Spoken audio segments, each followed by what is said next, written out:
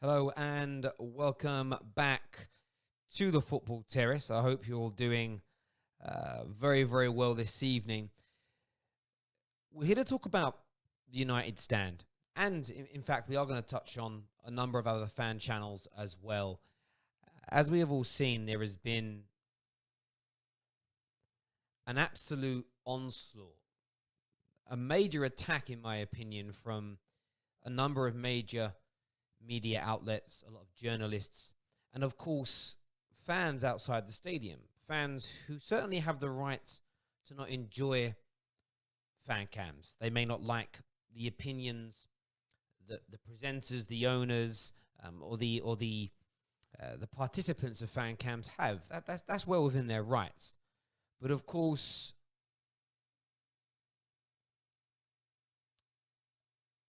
there's always a lot of rumours spread. There's always, they're this, they're that, they're the other. They're not really Man United fans. And in the last week or so, I've been consuming some information, and some of you may have already seen it, that claims to prove that the United stand, as an example, are fake Manchester United fans. That they are paid actors. Ransom Bant is a paid actor. They are owned by corporate entities, and they are scamming the public. This is what is being claimed. This is what's being claimed. I want to share that with you. I want to give you my viewpoints and opinions on it. And I say viewpoints because I have some. And the reason I wanted to tackle this is because there's been some organizations, there's been some individuals and people that have been attacked. And the image that's being portrayed, I know the truth because I'm also involved. I'm involved in a lot of this due to being part of UFF. So I understand exactly what they do. I understand a lot of what the other corporate entities that support these fan channels do, why they exist, and why content creators have gone to them.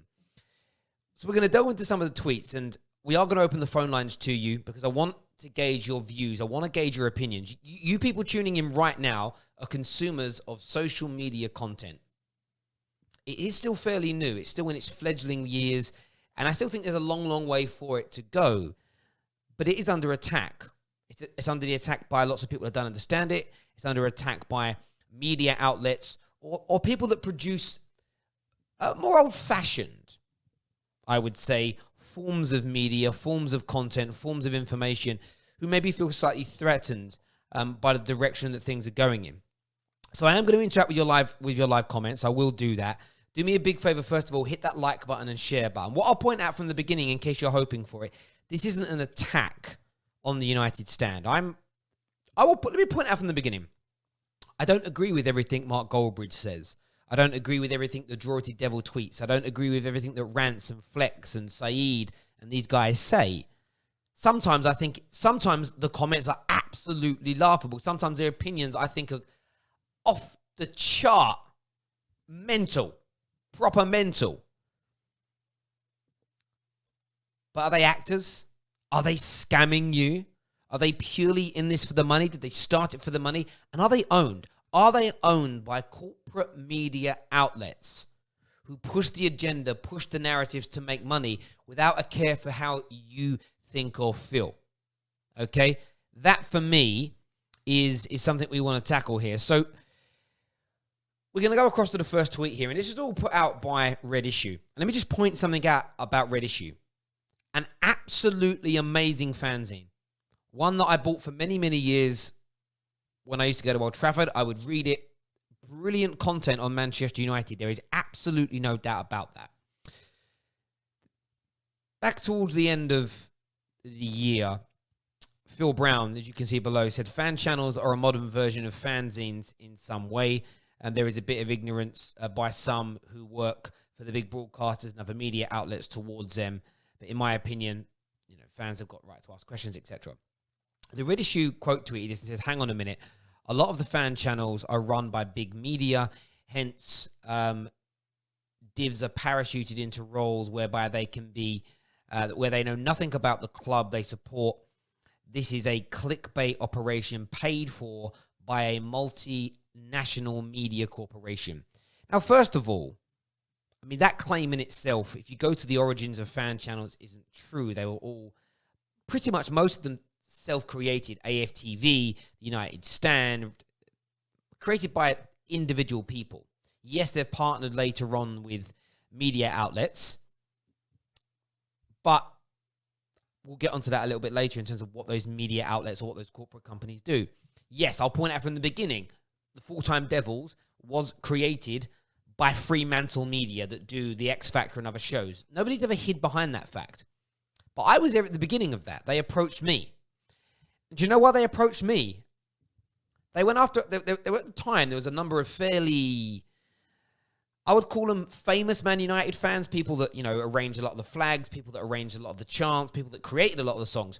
They actually approached these people. Most of them were, by the way, born and bred in Manchester. But this is the irony, those people requested ridiculous money to be involved with the channel. They wanted, and I remember my first meeting, it was a Skype meeting with Full-Time Devils, and they wanted United fans who went to games, Full-Time Devils. So they approached me because at the time I run one of the Man United London supporters clubs. But they already told me they spoke to 4 or 5 people up north that all agreed to do it.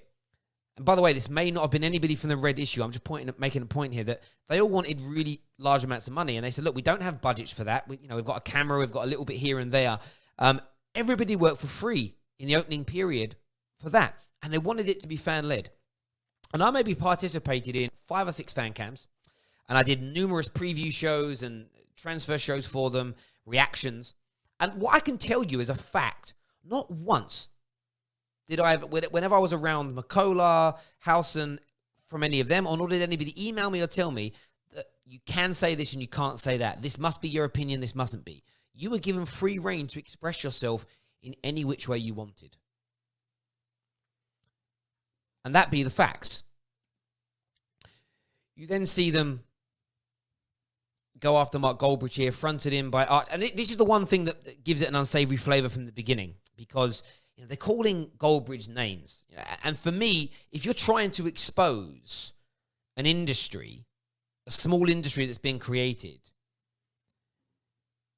I don't think you do that by attacking the individuals, because you're making yourselves look petty in that regard, in my view. But it says he's a middle-aged Nottingham Forest supporting ex-copper. Again, being middle-aged is irrelevant. That makes no sense at all. Being an ex-copper is irrelevant. It makes no difference at all. And yes, he does use an alias of a name. Quite a few YouTubers do that to protect their identity slightly.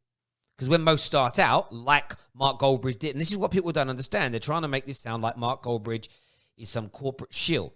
Mark Goldbridge started off, and his channel was called Soccerbox. I know this with a lot of detail because I was one of the first people Mark approached.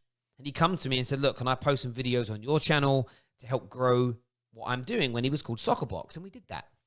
Why would a corporate outlet with media backing, financial backing, in with Rupert Murdoch, and we'll get onto that later, why would they come to a channel? At the time, my channel had like 3,000 or 4,000 subscribers. It was nothing.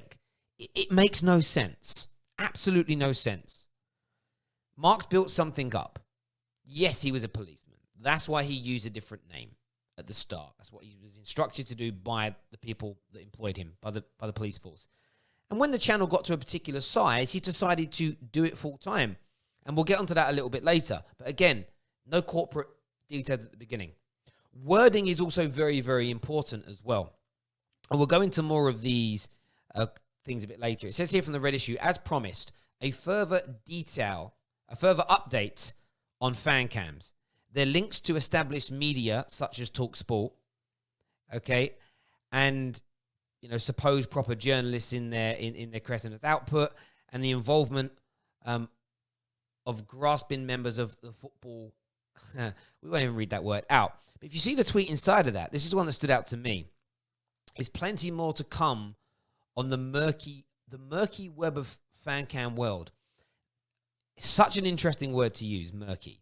Murky makes it appear and makes it sound sinister. It makes it appear as though it is dirty.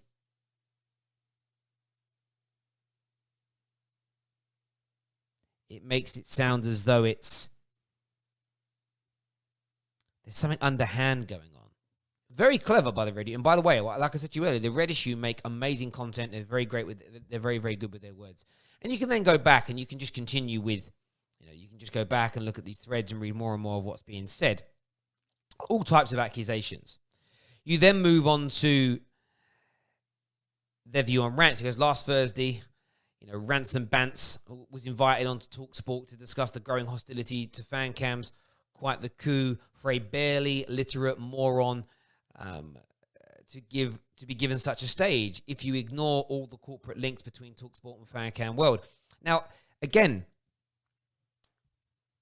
there are very faint links between the fan cams and that world now, and you can see it in the next tweet. And this is where he makes a fair point. He says, "We've previously pointed out Rants is basically a Murdoch puppet, whilst TalkSport is owned by News Corp. Hence, they were happy to grant fan cams that was basically a 15-minute advert for their piece, dress it up as an attack on TalkSport." Now, again, this is getting to a point now where everybody's going to be wearing like tinfoil on their heads. Yes, if you go through and connect and link up companies like Vice that Rants has worked for in the past and done political work for, there are connections when you go right to the top with people like Rupert Murdoch and Rupert Murdoch's son, James. You're pretty much going to find connections to people like Murdoch everywhere you go in the media world, because these people own such large percentages of from everyone. Of media. So I'm just reading some of these comments here. People are having a go at me. By the way, I'm defending Mark Goldbridge here. I'm defending the United Stand. Where are you getting that I'm attacking them? Listen to the content before you judge. Don't be a fool. Don't be a sheep. So yes, there are connections in that way. But this is the thing. I know, because I had conversations off air with people like Rants. I had conversations with Robbie, who haven't even gotten to them as it stands right now. These were genuine moments of stress, moments of worry, moments of concern. Fans attacking them outside the stadium. Are people going to tell me that was staged next? They think that was staged. A couple of years ago, AFTV were attacked, and it got physical. And the thing is, I've spoken again to the fans that have been attacking these people. They're nothing to do with it. Again, this conspiracy is now getting bigger and bigger and bigger, that it's all corporate media owned, and it's a big front. It's a big pantomime being played in front of our very, very eyes. It simply isn't. They then start to have a go and attack the corporates that are involved. And they speak about here, as back in October 2018, they had appeared on a 50-minute podcast, and all the quotes are going to follow. This is where UFF got involved and interviewing different bits and people. So I'll touch on UFF in a moment. And it's interesting, really, when they start to have a go at this, because UFF is the only corporate entity that's involved with the fan channels. So let me get a few things straight. You can go through, there's hundreds of posts and replies from the Red Issue. Rants is represented by TT Management, I believe. And why not? Doesn't make him an actor. The reason why talent management agencies, the reason why companies such as UFF have approached fan channels and have approached people like Rants and people like Mark and AFTV and Robbie, the reason isn't anything to do with plants. It isn't because this is a big mirage. It's not real. It's just an illusion in front of your eyes. All these people are truly, truly friends behind the scenes, and all the anger and all the arguments, all the frustrations have been orchestrated. Trust me when I tell you, and I'm going to sound horrible when I say this, I've had conversations with many, many YouTubers behind the scenes. They don't have the intelligence. Some of them don't have the intelligence to front this. And even the smart ones with a brain, the likes of Mark, the likes of Rants, these guys, Robbie, of course, they're not planning this. This isn't something that's staged. The reason why these talent agencies, the reason why these corporate companies have come knocking on the door is because there is money to be made. And I actually think that is where lies the problem for journalists, for the Red Issue, and everybody else. When it comes down to the cold light of day, the reason that they're trying to discredit the fan cams, the fan channels, is this small industry has been created. And they don't like the industry to start with because they've been attacked and people have been annoyed at the fan channels and YouTubers for a long, long time. But because it's become popular, and it hasn't, yes, the emotion and the rants and the banter between fans and the outbursts and fans' emotion, having somewhere to go and project that, of course it's played a part. Of course it's played a part. But it's more by luck than design. Nobody that started a fan channel 3, 4, 5 plus years ago had any idea it would get to the size that it sits at right now. Nobody knew. We've all sat there in meetings and been like, I can't believe how many people now watch it. And it's growing more. And when you do your research, it's because YouTube, Instagram, Twitter, this has become the new TV for the younger generation. Speak to parents whose children are between, say, 10 years old and 16. Where do they watch their TV? They may have a television, but they'll put something on via their PlayStation. They'll watch YouTube. They stream now. It's the future. And people now like their football content to come from real people. And I know it's real because I sit and talk to these people. I know I'm real, and anyone who knows me will see as Terry gives the same stupid opinions on the air that he does when you're in person with him. That's just the way it is. But the reason these talent agencies have got involved, and I'll come back to it again, and this is a long video, and it has to be because you have to break down these things. And by the way, I did message the Red Issue. I wanted them to come on the show with me. I wanted to sit down and discuss it with them because I think there could be a bit of ignorance in this. There could be a bit of ignorance from their part. They don't actually realize what's going on. And I don't mean that in a horrible way.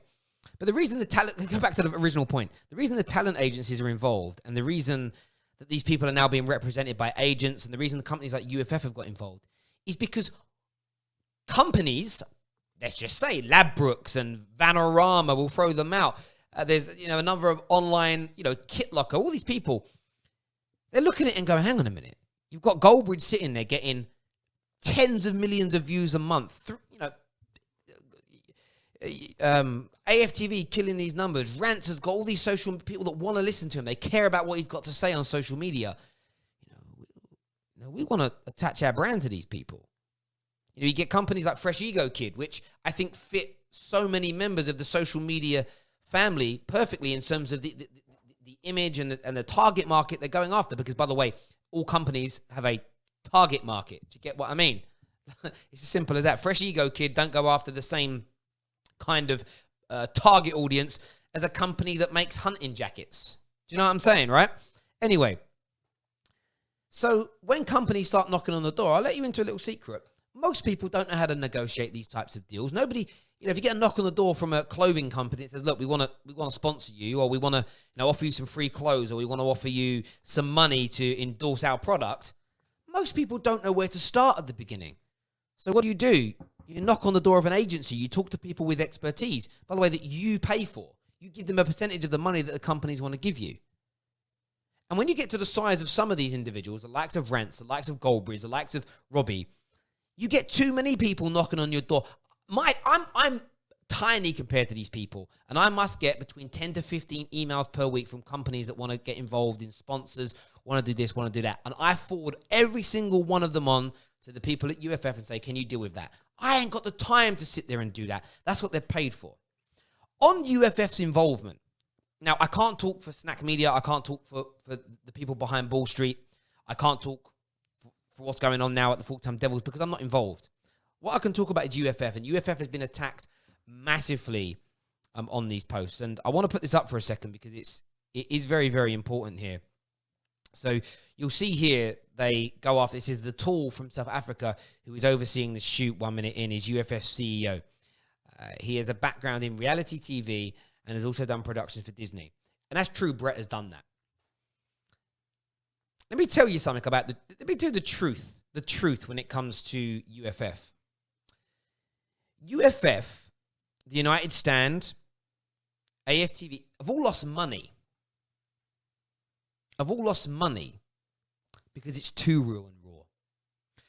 Me and Brett have had so many conversations. There's been so many moments where Brett has been absolutely beside himself, annoyed. Okay, why don't these YouTubers listen to me? I'm like, what do you mean? He says, well, he wants them to tone down the swearing, tone down the rants, tone down the anger. He is trying to direct them and say, you could do better for your career. By the way, YouTubing is a career now. People have to accept it. It's a real thing. It's a form of entertainment. And in 20, 30 years' time, it won't be weird. It may be now, but it won't be then. These people lose money because they're so raw, because they're actually uncontrollable. During the filming of Blood Brothers, which is produced by UFF, the only script is for the voiceover that I do.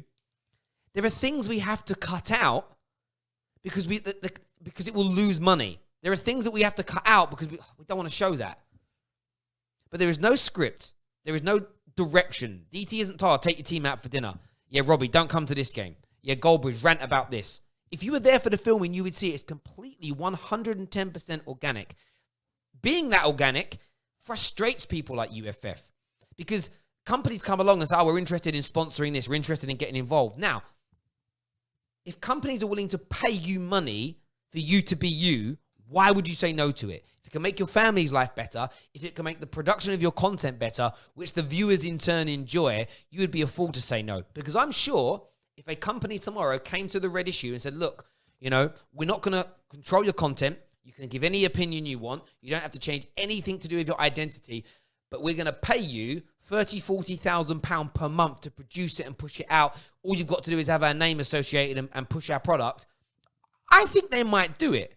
The reason I personally would push away on some, and I have pushed away some sponsors, is because of who they're connected to and they've tried to control the content. So again, UFF, I've tried to give direction to these guys around, look, I'll give you an example. It wasn't that long ago that DT, you know, had some serious issues with the way he was reacting on social media. That was him being him. The people that are trying to help him and nurture him are saying, yo, don't do that. You're actually going to lose money. So it contradicts what's being said here, that everything they do is to make money. The way the majority of these YouTubers on fan cams behave loses them money. They get demonetized because of if I do a video and I sit there and I F and I Jeff and I swear and I go mental, half the time it gets demonetized. It means you make no money. It's a nonsense. It's a nonsense to say that they've been corporatized and everything's done for that reason. It's an absolute lie. An absolute lie. Well, actually, no, let me rephrase that. I'll be fair to the Red Issue. It isn't a lie. It's ignorance. You don't know what you don't know. It's an assumption. It's an assumption. It truly, truly is. There's more things in here as well. And there's one I really wanted to focus on here. There's ones here like, this was when you saw, and I'll show you the picture in a minute, Ian Wright had a Christmas party, Robbie was there, you see Loomis in the picture, Rance was there, and it says, being in their little fan cam / influencer corporate world comes with some dubious perks, usually the opening of an envelope in central London or just before Christmas, the horrendous sounding twat-infested righties house event. This also shows you something to me. This demonstrates that these individuals have an issue with all people that are creating social media and maybe a certain type of person. A lot of attacks going on here. People being really, really annoyed that the United stand and people have been invited to Ian Wright's party. Again, the ignorance of it. You know, you obviously know who everybody in this photo is. You know, they're all entertainers.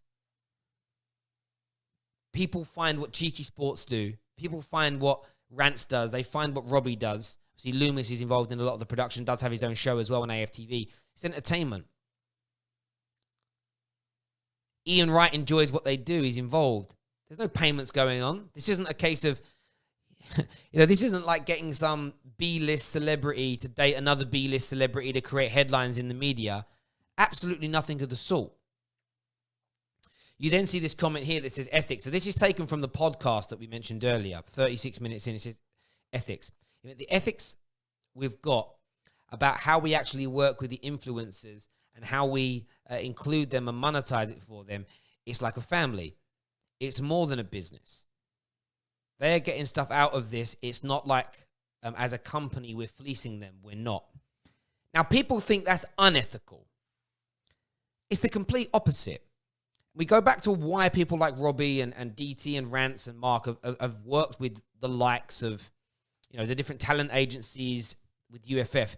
It's done because if they didn't, their content would still hit multi-millions of people per week, per month, hundreds of millions per year, across the industry, billions, but somebody else would be making the money. And maybe now, if people like Robbie and Rance went on their own, they'd be able to handle it and negotiate it. But whenever you are new to an industry, whenever you are new to, and that's how you know this isn't a plant, because as YouTubers, they had no idea how to navigate this area of the business when money became involved. And I think that brings me back to like some of my original thoughts here, that at the end of the day, this comes down to a couple of major things. A bit of jealousy from some people, ignorance, and the fact that certain individuals are making big money out of it. Now, the misconception is that Rance and Mark and everybody involved purely gives their opinions to make money. I'm going to say this because it will make more money at this point. I'm going to say this because it will trigger these people and it'll make more money. And I understand why people think and feel that, and you're entitled to that opinion. You truly are. But that's no different to any type of media outlet. That is no different. I've read the Red Issue. The Red Issue will have a headline. The Red Issue will have great artwork and design work on the front of it. It pricks your interest. They will give strong opinions in it. By the way, their tweets, the Red Issue's tweets are massively opinionated. They're massively strong. And large parts of them are completely inaccurate. Completely inaccurate. And do you know what? I get their frustration that United Stand get to use hotel football. They think because Tracy Neville is under the same management as Rance, that it's a big corporate connection through there. Gary Neville shouldn't be letting them do it. That's their choice, isn't it? If they ask, they can do. But I've used hotel footballs, the cafe football in Stratford before to host something. I'm not with any management companies. Or not anyone that knew. And I did this before I was involved with UFF. It is what it is. It's an organic industry that is, of course, now being supported by corporate entities.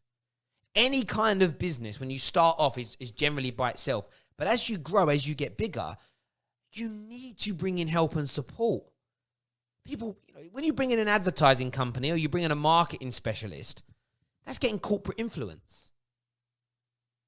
And if you're a fintech company and you're going out for funding and a major incumbent bank says, okay, we want 20% of your business, but there's £2 million. Are you a sellout or are you growing what you do?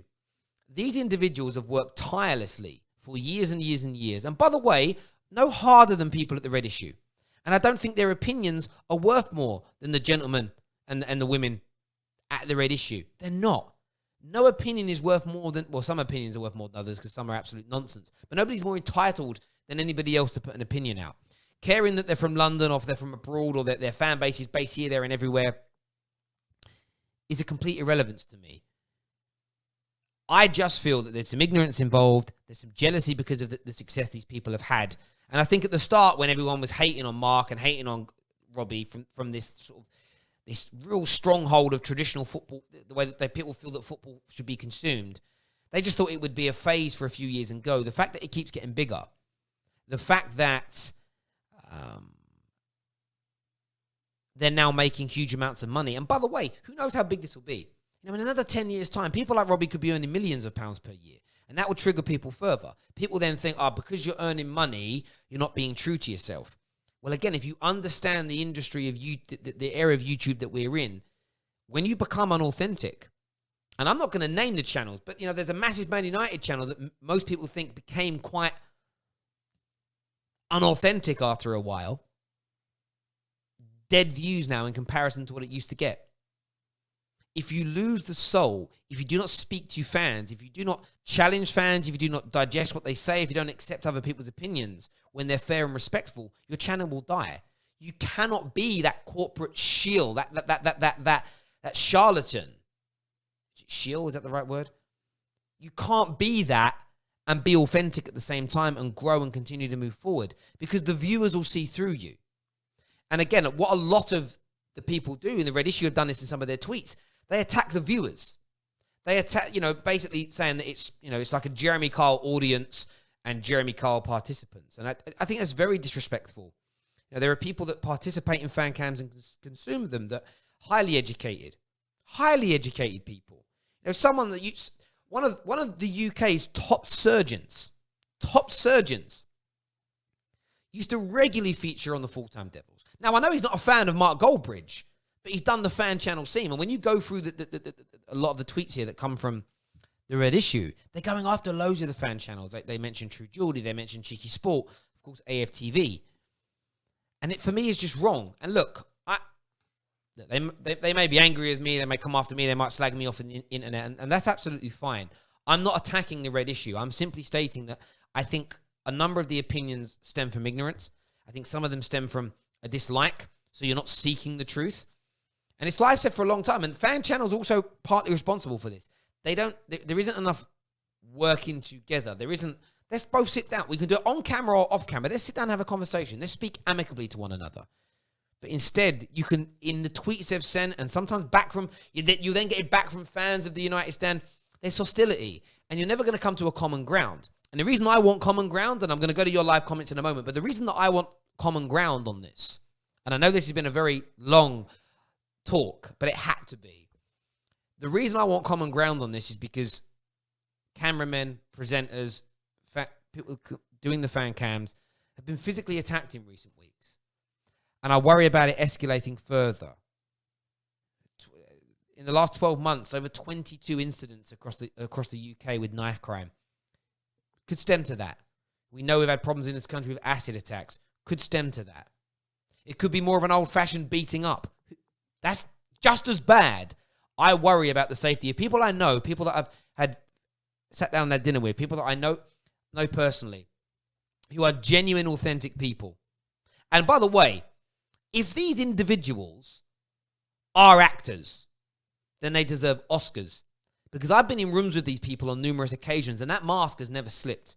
People think expressions. He's like that off camera. People think Ty puts it on. He's like that away from camera. I've got videos on my phone that I've never published. I just start recording Ty when he's ranting about something. When I've been in the same location, he is exactly the same. But again, when you're ignorant to it, when you don't have the knowledge, when you're not in front of these people, you have no idea. And I think that I just wanted to come out and do this because I feel that, again, fan channels have been unfairly represented. Words from the corporate companies that are supporting them have been twisted. AFTV, Rants, United Stand, none of these are owned by corporate entities. They were in partnership with them. They work alongside them. They have made some content that, okay, some football fans, why are they making a cooking show? Well, because it was offered to them. But fans enjoyed it. And people talk, oh, reality show, Blood Brothers. I actually, by the way, I've pushed back many times with UFF about the show. I don't think they make it right. I think it shouldn't even be called a reality show. I think we should be calling it a documentary. I think that it should focus on one team rather than five and really get to know the individuals. Because what it's about in its entirety is about grassroots football. It's about people that have come, the working class population from the inner cities, primarily London in this case, and what they're doing and how football helps them. And that's the point of it. And yes, it demonstrates fights and arguments and rants and whatever. And you have to cut some of it out because of where it's being broadcasted. It can't be shown. Otherwise, it'll get taken down and no one will see it. But it's as real as you want. Trust me. Yeah, it's real. 100%. Listen, I'm going to jump into some of your live comments. If anybody wants to phone the show, if anybody wants to come on and have their say, the lines are open. And look, Burton here says, I hate the United Stand. By the way, you know what? You can hate them all you want. You can hate them. You can dislike them. You can think that they're, you don't like that. You don't like consuming their content. That's fine. That doesn't mean they're charlatans. It doesn't mean they're actors. It doesn't mean they're fake Man United fans. It's as simple as that. Terry, I think YouTube is bringing on your paranoia, mate. Be careful. Social media can become an anxiety and depression. Make sure you are getting your timeouts. Do you know, Vincent, that's a really good point. And social media can have that on you. I'm very, very fortunate. I do this for fun. This is a hobby to me. I go to work. I go to the gym. I'm actually still wearing my gym stuff, to be fair. I go to the gym. I do this. I see my friends a couple of times a month. I spend wonderful time with my children. I'm a very happy man. I'm a very, very, very happy man. I get my little bits, moments where I get annoyed at different things. I'm only speaking up about these things at the moment because these are people I know, and I have inside knowledge because I know them, and I think it's right to come out and say something. But I do appreciate it. We've got some super chats here I'm going to jump into. First one says, Terry, your title is misleading. The title's there to get people to come and watch it. You have to do it. There's also emoji faces. If you understand, we all speak emoji now, right? Do you realize we've created a new language that's been created? Like, I can see an emoji and I know what someone's saying. It's amazing, isn't it? Symbols. But it's not misleading. It's what we're being told. And I want people to come and watch it because people will see that stuff. The thing is, if enough lies get thrown, if enough mistruths get put out there, people will start to believe it. And it isn't fair on the people that work hard to create the content. You don't need to watch it. But for you to think that they're fraudsters, they're scammers, they're liars, they're actors is unfair. And if somebody was defaming you, if somebody was pushing out a narrative that was untrue, wouldn't you like someone to come to your defense? Nick P here says, Terry, why didn't... Okay.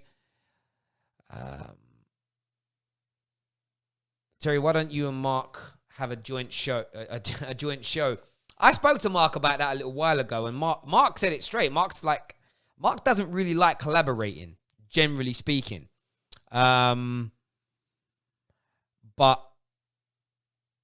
yeah, I would do it. And the thing with me is, I've had my run-ins with people, and this is the interesting thing. I've had my run-ins with people in the past. And me and Mark spoke about this face-to-face, and I was younger and stupid and naive, and I did let things on social media consume me somewhat.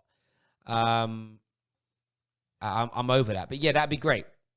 Terry, why didn't you just title the video fan channels The Big Debate or something similar? Because that wouldn't attract people's attention. And without people, that you have to have a headline. You have to have something that grabs people. And that's the same across everything you do.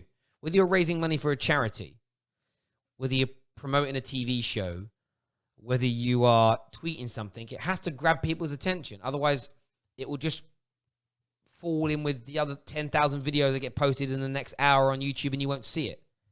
So that's why. It has to be done. By the way, everyone who's tuning in, please, if you're a fan of fan channels, please hit that like button right now. Hit the like button. Please hit the share button as well. Get this out on your social media platforms. It'd be great. United will defeat City and Liverpool. I don't know how they'll do it, but they'll prevail like always. That's from Pixie Kitty.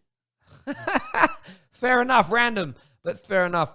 Zane here says, while Terry is ranting, let's agree Spurs are a pub team and have no history. Come on, you gooners. Martinelli has Rashford in his pocket. Zane, I appreciate you and I respect the fact that the super chats, but you do chat some guff, bruv. Genwin here says, who will be the next target? Mark won't be there at the United stand forever. Yeah, there'll be new targets at some stage. No, I don't know who the next one will be, but there will definitely be targets.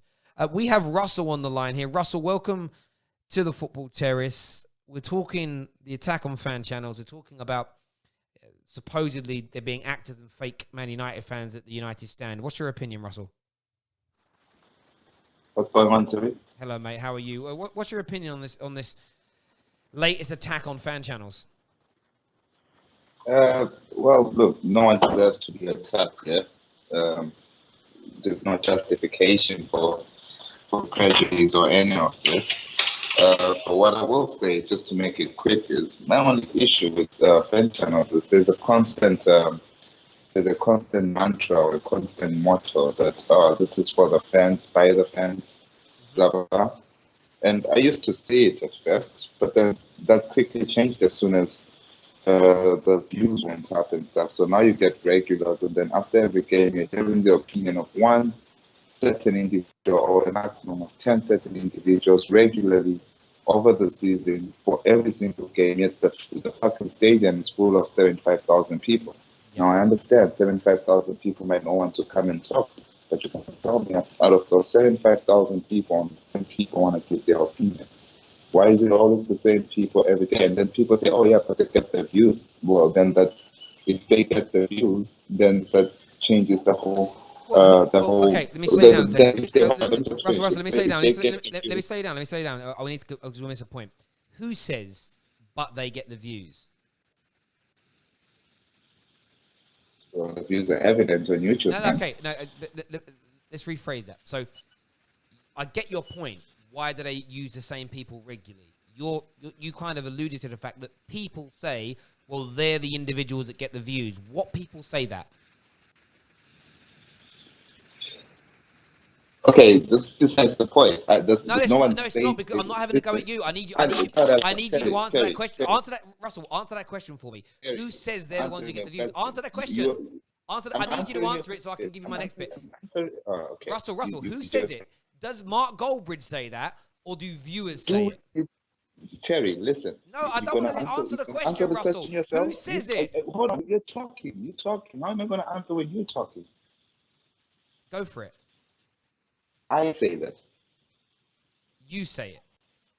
Yeah. Okay, there we go. So it's Yeah. not being said by the Yeah. fan channels. No. I'm saying it. I wanted to give you the reason why I'm saying But it, that but then isn't. you But kept again, asking me so the same but question it's not. 20 times. But the reason It's as doesn't if I, matter. But it's as if I teach. Russell. The reason doesn't matter right now. It isn't that they go to these people purely because they get the views. They go to these people because the viewers want to hear from them. People look at it from the wrong angle. That isn't why it happens. I'm telling you now, if AFTV went 2 or 3 weeks without interviewing Claude, Ty, Troops, DT, if the United Stand did it with their regulars, what you would see from 80% of the audience is, I'm not happy. Where's this guy? Where's that guy? Where's this guy? Where's that guy? You also get it when you add new people. Whenever I've added a new person to my show, there's been outrage. Who's this new person with these opinions? Most people really like Adam when he comes on. First year on my channel, Adam got nothing but abuse. People don't like change. So there's two elements to it. These people come and give their opinions, but fans of the United... People subscribe to the United Stand to hear what Rance has got to say after games. So why would you not give those fans what they want? They want that opinion from him. Do you think they should take that away? Hold on. I'll answer you. Because, for example, and I have no problem with the United States or any fan channel whatsoever. I was just trying to not even play devil's advocate. It's a flaw that I've seen within the fan channels. Is you spread one message and you execute it another way. I'm not saying runs or flex are not United fans. Of course they are. You can tell they're passionate about the club. My only issue is even if the people who are asking for runs to come back onto the show are those people representative of United fans? Because if you say, Terry, put it into perspective. If you're Okay, saying this channel is for the fans, we're going to be reacting every but game. After every game, but we're then, going to. If but how does Mark know? listen, No, I haven't made Russell, my I need to point. answer Terry. that Every question. time, every How does Mark know what fans who don't comment on his platforms want? Mark only knows what the Man United fans who watch his channel want. I don't know. If someone doesn't watch the Football Terrace and leave comments here, if they don't tweet me, if they don't direct message me, I don't know what they think and feel. So I get your opinion. There could be millions of Man United fans who want something different. They don't want this. They don't want that. There could be a guy sitting there, right, who's got the best opinion in the world and 10 million Man United fans want to hear from him. If nobody tells Goldbridge about it, how can he do anything about it?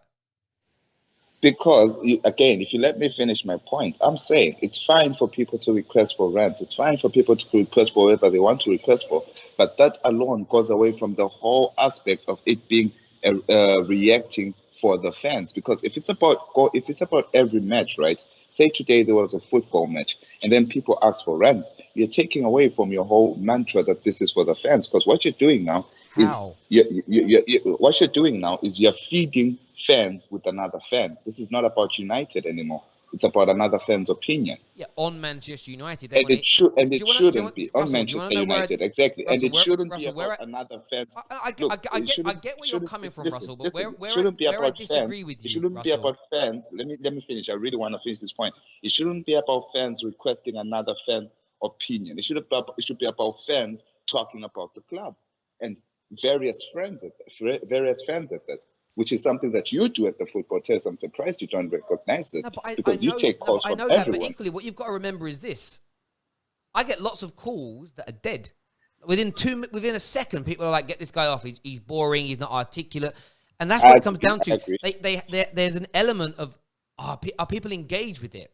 Now, we want people to engage. Now, some people have really good opinions, but they don't know how to articulate them. Some people can write down opinions amazingly, but they can't speak them out loud. Some people can speak them and they can't write them. It's why I see some people that are brilliant on camera, but their tweets are dead because they can't. I'm a bit like that. I think it's my dyslexia. I'm okay at expressing things on camera, but I'm not a great tweeter. I'm not a great person when it comes to the written word. Terry, because of my dyslexia. my point to you, Terry, can I ask you the question?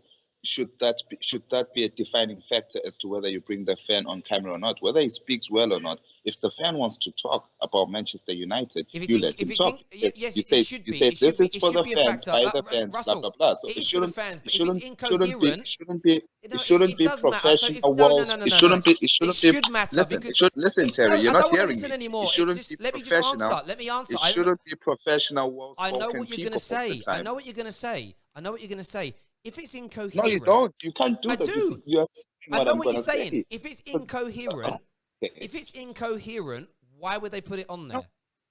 The same as if let me ask you a question. Let me just answer you a question. Russell, stop. Let me ask you a question. If you run a fanzine and I write an article for the fanzine and it's full of spelling mistakes, inconsistencies, and is poorly constructed, do you think they'd publish it? It's the same. So why would you put someone on camera who can't articulate his point, who's shaking, is nervous, and doesn't make any sense? Terry, can I answer you? Are you asking me the question with the hope of getting an answer, or do you think that go for it? Answer. Why would you do that? You wouldn't do that. At the same time, are you telling me that only 10 people can articulate their point across United? Sorry, say that again. I misheard you. It cut off. I'm saying you wouldn't do that. Of course, you wouldn't put up something that's incoherent. But are you telling me that only 10 people are capable of speaking in front of a camera every week to Man United fans across the world? Do you know what's interesting? Do you want to know what's interesting as well about that? And no, I don't think there's only 10, but I've also stood by fan cams being done, and a lot of people shout and they go, yeah, and they cheer. You put the camera near them. I was interviewing people at the Blood Brothers final the other day. They're all giving it the big one from the crowd. I go over to them with a microphone and they shrivel up. So that happens. Also, I agree. Yeah. I've had conversations with people that do fan cams. I'm not going to name them because they've sorted it all out now, where they've come and ranted to me, going, I'm not going to go on that show anymore. I'm like, why? Well, that's 2 weeks running. I've done fan cams and they haven't featured them. And by the way, that come from somebody who's a regular. So they do hide other people's out, but it's about an opinion. Well, and it's about and for me, there has to be quality control. There does have to, Russell, what I say on the final point is this. There has to be quality control. If you interview 15 people, you have to go through it. And by the way, Mark will have one of the final says. Flex will have a say. If I do 10 phone calls tonight and I'm going to republish any, I will pick the ones that I think will resonate with the audience the most. Oh, that's a really good point. That pricks on something. Oh, that's different. That's how you have to do it. If somebody just comes on and says, yeah, this was nice, Ollie's not good enough, and oh, I really feel sorry for Rash for the injury, and oh, this guy, that guy, but I'm happy really, and says bye, I wouldn't post it because there isn't really an opinion in there. There's nothing that anybody can agree with or disagree with or banter or argue with. And I think that's the point that's being made. And the reason, thank you very much, Russell, by the way, the reason I come to you in the first place, and I wanted to know, it isn't the United stand that say, oh, we only put Rants on because he gets the most amount of views. The fans want it for that reason. They interview multiple people each week. Anybody can go up and get an interview, but you have to make a good point. If your points don't resonate, you have to make a good point, or you do have to make an outlandish point. And the interesting thing is, we know that these outlandish points happen week in, week out. You only have to sit there and listen to 5 Live or Talk Sport. Now, they don't give people as long to articulate themselves. There are crazy things said every single week. Football fans do that, especially after a few bevies. Absolutely. But Russell, I appreciate you coming on and having your say. I really, really do. Terry, when you go to the barbers, do you show them a picture of Christian Eriksen? Jack Jones. That's quite funny, actually. I'll give you that. The irony is this guy is a regular caller. Regularly calls up the United Stand phone-ins and still does on Discord. He has a total freedom to voice his point and has. And everybody has their freedom. And I know that the United Stand do phone-in shows as well and people can call up and whatnot. But if I do a call and I really like it, and by the way, I post videos and calls that people pop at me. I repost things where I maybe don't come across as well as I would like because I think the opinion is good. Equally, sometimes that actually hinders me as well on this channel because I'll put out an opinion or I'll put out a post and people get really upset and angry because they're like, oh, I can't believe you posted an opinion I disagree with. So a Liverpool fan at the beginning of the summer said that the right-hand side of Liverpool's defence could cost them a title. Liverpool fans unilaterally, that's not the right word, universally attacked it because they didn't like the opinion. But I thought it was an interesting point. That's what it comes down to. Terry, you should have seen the comments before you went live about the title. There was more triggers here than in a gun store. Well, they can be triggered all they want. By the way, if it was true that they were full of actors, scammers, and they were all fake Man United fans, I'd expose them as quickly as anybody else. But they're not. We've got another call coming through here, then another super chat to do. Hello, welcome to the Football Terrace. Is that Wahid? How are you, mate? It's me. Hello, hi. How are you? What would you like Terry? to say this evening? Yeah, I was just listening to the fans' opinion about these fan channels, and I do follow both because I'm in that position where I do follow multiple of the Man United. I see both your posts, your uploads, and also Mark Goldbridge's as well, and see the Rans videos. Now, that point you're making that. The previous caller was having this conversation with you that if Rance is kind of expressing his opinion, if people are wanting to hear from Mark, it takes away the kind of opinion of the other fans. Like, I don't agree with that. The reason being, the way I see it is that, like, you or Mark or Rance, you're like an anchor of the fan channel. Basically, you're kind of giving your opinion and people want to hear that. I also want to hear that, but also you're kind of that anchor where you are also connecting the other fans. You're taking their opinion, you're questioning it, they're questioning your opinion. So this is kind of an interacting platform. And obviously, they do a lot of, yourself, everyone, you look at all the sources, you do a lot of research, you spend a lot of time on it. So basically people will want to know, like busy people like us, we don't have the time to get all the information like on transfers, where it's coming from and things. So people will tune into your channel because you have done so much hard work and research. So that's the reason I feel people tune into your channels. And I don't think it's anything to do with the kind of fans being pushed to one end and it's about just listening to one person's opinion. I don't think I agree. I agree with you. It's a really good point you made, and to be fair, the point you've made, I totally understand. I never really thought about it from that angle, and it is true. But what people forget is when Mark says, when I say this channel was created for the channels, it's for your enjoyment, that doesn't mean that we're going to express 50 different people's views per week via a fan cam. The main area for you is the chat box. It's a place that you come and and this is why I get frustrated when people, Terry's spreading more fake news about a transfer. It's like, well, if you actually listen to what I say, a lot of them I say I think are wrong.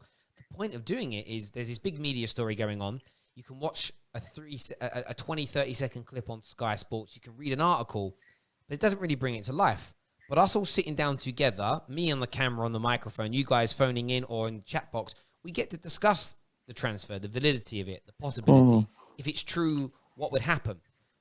And this is what I don't think fanzines, this is what I don't think people understand, especially there is another tweet they put out, and I am going to put it up on the screen if you can see it. And this really frustrated me massively when I saw this. It says there was a comment that was made during the podcast, and it says from one of the media companies that was supporting them, it says Nigeria, Ghana, and South Africa generally feature in the top 5 of the most in the top 5 countries of most of our influencers.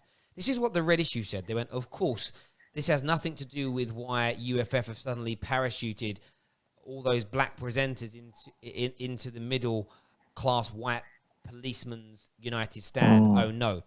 And this is the thing that I don't think these people understand. The reason why people from abroad, outside of the UK, especially certain countries across Africa, South America, Southeast Asia, people, people in those countries don't often have the same access to even the internet like we do here in the UK. A guy messaged me recently telling me like where he lives, like the internet is very. His words were rare. He says he lives in Cape Verde, and he said that they get the internet there for like 4 hours per week where he lives. So he can't sit there for 4 hours reading 20 different articles. He goes to 2 or 3 videos from his favorite YouTubers to gather as much information as he can. Does that make sense?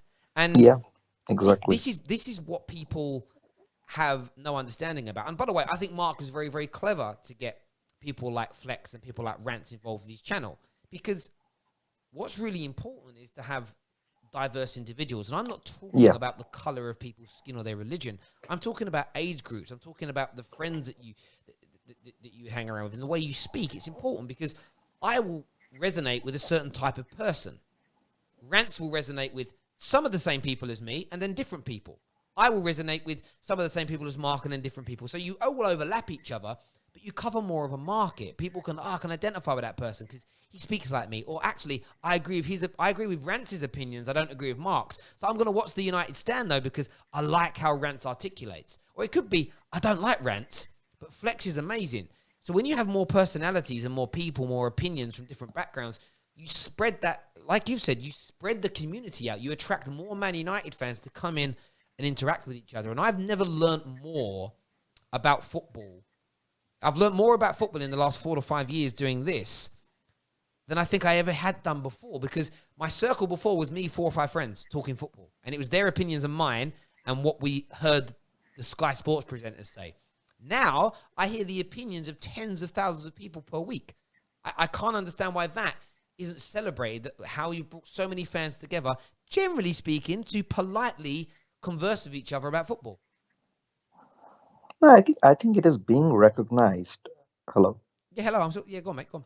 Yeah, I think this it is being recognized, and there is big recognition of this because it's just as they're growing, people are calling representatives of these fan channels into big news channels, and they are given that importance nowadays. So I think it is being recognized quite well, and this is becoming such a big platform. Like soon, like you'll be called into a sports channel or someone to take your opinion, basically because you have the kind of inputs from so many fans. So your opinion it's like a collective summary of what fans have been telling you over a long time, and people value that. That's quite Do you know what's interesting. When I'm at work, I don't really get into football debates when I'm at work, but I sometimes come out with things and say, Liverpool fans are saying this, and I work with 2 Liverpool fans and they go, no, we're not.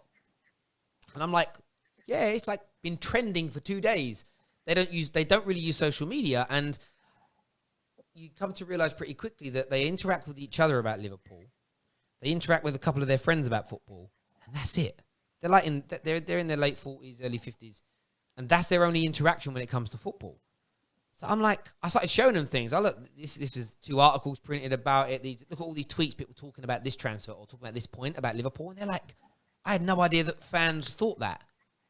They're now getting to a point where they're starting to, I might set up a Twitter account because I want to interact with people about football. And I'm like, look, do it. It's fun. It can also get quite aggressive if you have a difference of opinion to people. But that's when I sit back and reflect, and I'm like, I truly respect what the Robbies and the Howsons, the True Geordies, the Redmen TV boys, what everybody's created. And yes, they've had corporate support at times. They've had sponsors that have pumped money in. But all that money is done, yes, and it's made some of them wealthy and fair play. We live in a capitalist society, and if you can make money out of your talent or just out of your personality, why not? Like, I never understand why people get angry with reality stars like Gemma Collins and stuff. It's like, well, people are willing to pay her £1 million. The thing is that there is a value of everyone's time. You are spending that extra time outside your work, isn't it? Yes, 100%. You're doing a lot of research, and not everyone. If you ask me to, come in front of a YouTube channel and do this every night or something, not every people can communicate and kind of present themselves in the way you do or other people do. So there is a point that they may get that financial kind of incentive because it is you're giving your valuable time. Well, of course, I think it gets to that point where if enough people want to listen to you speak, some people might choose to not monetize it and to not make money out of it. But it becomes that point where this is what happens to a lot of YouTubers, whether it's football related or anything else. Is you start making it, and very few people make money at the beginning or for the opening number of years. But then you get to that point where it's like, oh, I want to make more content because I enjoy it, and a lot of people fall in love with it, and it's a great thing to do. And I love seeing it. I would love to be able to do this full time. I truly would. It would be a dream to me. But to do it full time, I've still got to pay my mortgage. I've got to feed my children. I've got to think about the future. I've got to think about retirement. I've got to think about putting my children through university. I've got to think about all these things. So I have to make money. And like I said earlier, fan channels would die if they stopped being authentic. And that's what, and that sometimes causes you problems. You know, I think, you know, I've been offered sponsorship deals and had to refuse them because they wanted to, basically the sponsors also sponsored a handful of football players, and they spoke about it up front. You can't slag those players off if they have bad games. They basically said that.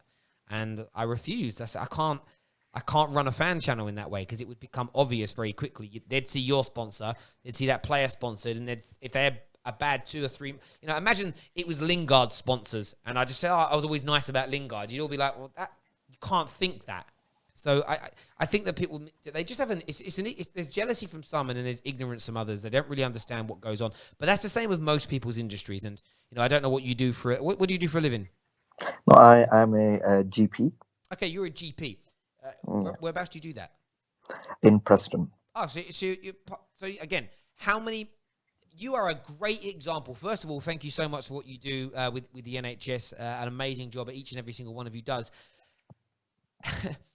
But how many times do you see, whether it's a politician, a journalist, or a person on Twitter, how many times do you see false information or misconceptions about the NHS? How many times a week or a month do you see that? So much. And sad to say, the same dailies who would like every day make up transfer news about virtually every player on the planet being, linked to Man United. The same dailies, I don't know where their sources, they just, to make get some attention and make some headlines, they would print out anything. And especially, with health sector, there can always be, it's very difficult sector. You can sometimes solve, problems. Sometimes it is difficult to solve. It takes time. Sometimes everything doesn't go the way it's meant to be. And if you take up one of those stories and take only one side of the, story and make a big news out of it, and health is a very sensitive issue. And people start to get really, okay, has this been done? Has this procedure been done? Which is kind of really uncomfortable, and they been forced onto it? I agree, and I think it's, I take everything I read with a pinch of salt. I tend to look at the media this way. Everything they write, I read within reason, but I don't read it and go, oh, that's what's happening. I read it as it's a prick point for me to go, right, I'm going to go and research that subject and do my research on it and read blogs from people within the industry. I always find that, and I found that growing up. When I used to work in retail banking when I was younger, and my job was retail banking, all right. Yeah, and one of my first jobs and in the banking sector, and I was for about 18 months, I was a personal banker, which basically meant I serviced the current accounts and loans of the average working person. So I met hundreds of people that did different jobs, and I loved learning about their industries, and I used to ask questions, and I would say 8 times out of 10, let's say in your case, GP, you could have someone that says I'm a bus driver or someone that says I'm a teacher. As soon as you start asking them questions based on what you think you know because of the media, you get fed a completely different story. And that feeds into why I'm defending the fan channels, because 90% of the people that are attacking them have no idea what they're actually talking about, how it actually operates behind the scenes and what goes into it. And I get their, I've said it all along, they're allowed to dislike Mark, they're allowed to dislike rants, they're allowed to think, to an extent, they're allowed to call them names. I think that's part of freedom of speech. But to defame them and to twist what they are and how they are, and then lie about them or put opinions out there that are untrue, I think is wrong. And look, I've said it all along. I would still buy a red issue fanzine when I go back. I'm taking my son very soon to his first Man United game, which I can't wait for. And it's on my. Oh, that'll be great. And it's on. I'm being pushed into doing it. I don't really want to because I don't want to put any money into the pockets of the Glazers. But my son's begging me, and I'm just like, If it's a one-off I thing, know then it's hard because I'm sitting here and he doesn't understand when I tell him that I don't want to give money to the Glazers. He just said, "Who are they?" But the point being, and I also want to start going to Man United again on a more regular basis. I miss going. You know, when I had children, I had to stop because of financial reasons and because they're more important. And I want to go. same here. Yeah. I'll just kind of interrupt. Like when I was working in Manchester Royal Infirmary before Preston and Blackpool, so basically I didn't have kids. My wife was working in another city, so I had a friend who had a season ticket, 2 season tickets. His wife could never make it, so he always used to kind of sell them to me, and then we would just kind of go together. And we used to watch so many matches, and I saw Van Persie scored that winning goal, and we lifted the trophy, the last trophy. After that, I've never been to any games, and I don't regret it, but I miss that. And Yeah, hopefully, yeah, our fortunes are kind of yeah, will change at some point, and we absolutely. can start going. Yeah, and as I say, and when I go, I'll buy a Red Issue magazine. I always tend to do that. But I would love to sit down and speak to them. I would love to really get to know what their gripe is with fan channels to understand it with more detail. But listen, I really appreciate the talk. And you coming on the show, mate. Thank you. Take care of yourself. Yeah. Oh, okay, thanks. Top man. Nice talking to you. Bye. Take care. Couple more super chats here. It says people complaining fan channels that make money should move to North Korea and join Corbyn. The fan channels are free for us. Fair play to them. If they profit in the market. On that, what is also completely and utterly free, shameless promotion here, please download Hot Mic with our promo code TFT. We're covering Man United versus Liverpool at the weekend. All the information to download it, all the links to download it are inside the description below. Another super chat from Zane says, ban the racists and long live Nelson Mandela. I agree with both of those things, but that's a random thing to write. There we go. We've got one more final call of the night. Hello, welcome to the Football Terrace. What's on your mind? What do you want to say? Hey, just about your topics of fan channels. Just a very interesting subject, and I think a lot of very niche thing. I think, and it's just a bit for a lot of mainstream people, a lot of regular football fans. It just not regular football fans, but maybe people who consume it a different way. It just seems to be a very weird thing set for them to understand, and I just don't understand it. It's very weird. Do you know what's interesting about it? And I mean this with the utmost respect. If I look at the fanzines as an example here, two things. I remember chatting to one of the guys selling the fanzines, and the person I was with at the time said, "Oh, I thought you were selling official programs," because he was standing in front of the official program stand outside Old Trafford, and he said, "Oh, that's a little trick that we do." I'm like, "Oh, what do you mean?" He goes, "Before they open, we come and stand outside the program stands. That way, when people are walking past and we ask them to buy one, when they look at us, they see like official programs above us. So some of them might just buy it thinking it's the official program, but we don't care." And I just thought, well done on the hustle. But that for me is like a real life clickbait. Does that make sense? It's the same. Yeah, that makes sense. It's the same difference. And also, if Red Issue or any other fanzine from any other club suddenly started getting multiple millions of orders per month for their magazine, which is essentially what it is, that would make them a profit.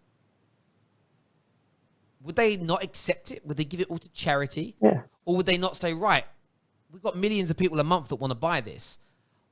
I actually can't produce that many without getting corporate companies to print them, to make them, to do X, Y, and Z.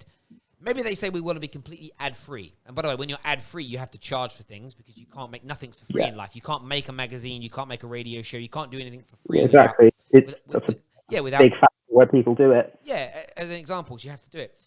So, but those guys might even do it full-time. I don't know the facts on it. But if they don't and they have to work at the same time, I'm sure if they suddenly got enough orders to go full-time, they would, because they probably enjoy making it. And who the hell would I be to say to them, "Oh, you guys are disgraceful. You know, you're making money off the back of the football club." What about all the people that sell scarves and sell hats or sell burgers? They're all making money off the football club. Exactly. It's like the way that I see it is that So I'm a Liverpool fan. I've watched Redmen TV for the past 5 or so years. Been a subscriber on their website. Absolutely love them. They're just what they are. They just feel like optimistic football fans, which is the sort of thing I just like watching personally. And I love watching as much football stuff as I can, especially if it's around recently around Liverpool now because we're so good. But I'll put on Sky Sports before the Liverpool Tottenham game happened or before the United game this weekend. Would I prefer to watch some build up, or at least the build up part of it on Sky Sports where it's very generic? They don't actually know what they're talking about because they are focused on so much football. Would I rather watch something specifically Liverpool related who understand the stuff top by bottom? And it's just that's just my personal interest, and exactly. I don't understand. People might disagree with what the Redmen TV said, especially in the past. They've done fan cameras and stuff which haven't gone down well, which they've admitted as being terrible mistakes on their part. But other than those like bad things which they've actually admitted to and accepted fault for, they're not harming anyone. And so I don't see why. And then it's not like they're going to be dragging away people who like Sky Sports viewers, because surely that just means the people who are watching Sky Sports are actually interested in stuff that Sky Sports aren't producing. So it's exactly. If you see this week, Sky Sports have had influencers on during the week. I've watched their transfer shows recently, and when Expressions was great, Flex was amazing today. When they try and be a bit more quirky and a bit more normal, it looks awful. It really does. And I think that what Sky should do isn't try to. I know they've tried doing their own watch-alongs. They've tried doing it. They should stop trying to amalgamate their current presenters and TV personalities with YouTubers. They should just say, right, we will give you a tech team. We will give you cameramen. We will give you a director or maybe a producer. But you 3 people, you produce the show. We want it to be complete, authentic YouTube. Maybe there's rules. You can't swear. You can't say this. You can't say that. But it's going to be, that's it for you. Again, some fans would hate that. Go, but you're now backed by a corporate company. But only if we're allowed to. But my only caveat would be we can make creative freedom. Yeah, as long as we can say what we want. Again, without being nasty. You don't have to call someone a swear word. You think I make lies up about people. You don't have to be overly aggressive. I don't think you're any less of a fan because you control that part of yourself, as an example. Because not every single football fan rants and raves and swears and attacks people. It's as simple as I'm talking to attacks people verbally. So that's what the companies like Sky should do, is just say, right, let's let YouTubers run a YouTube thing. We'll just help support it. Now, for me, again, you're going to give viewers genuine fan content. Yeah, one of the things that I remember with it, where it was at the beginning of the season. I think it was I think Gary Neville and Jamie Carragher did like this Sky Bet build-up thing. Loads of fan channels went over for it, and I think there was one question they asked, like, who's most ready for the beginning of the season, something along those lines. And I think Carragher and Neville, their answers are very generic. It's based on like the transfer season and all the signings who are coming in and things like that. And then the guy, Chris, I think from the Redmen TV, just said, surely it's Liverpool and Man City because they were so close last season. Why wouldn't they be? And that just drew people off, I think, because it just seems so unorthodox and almost away from the normal perception of what a transfer window would be like. And Adam McCullough really that's the sort of stuff that Sky and the mainstream media, I don't think, properly understand. No, they don't. And I think Adam McCullough pushed Gary Neville quite hard, I believe. Of that same show I remember as well. that. And you got to a point where they were like, all right, Adam, you've had your question now. And it's like, well, no, this is... Yes, I know at a controlled press conference, everyone gets 1, maybe 2 questions. But again, with YouTube, especially if it's like a podcast and there's no real time constraint, like tonight, I can sit here as long as I want and talk. I don't need to finish this show because another program's starting. Sometimes, of course, if there's a match on, you would. But as a general rule, I can press record or I can press go live, and I could just sit here for as long as I want and interact with you all and talk to you all. And if I had someone next to me, it would last even longer. Listen, I really appreciate you coming on and having your say. It means a lot to us. It really does. Yes. Thank you, mate. Take care.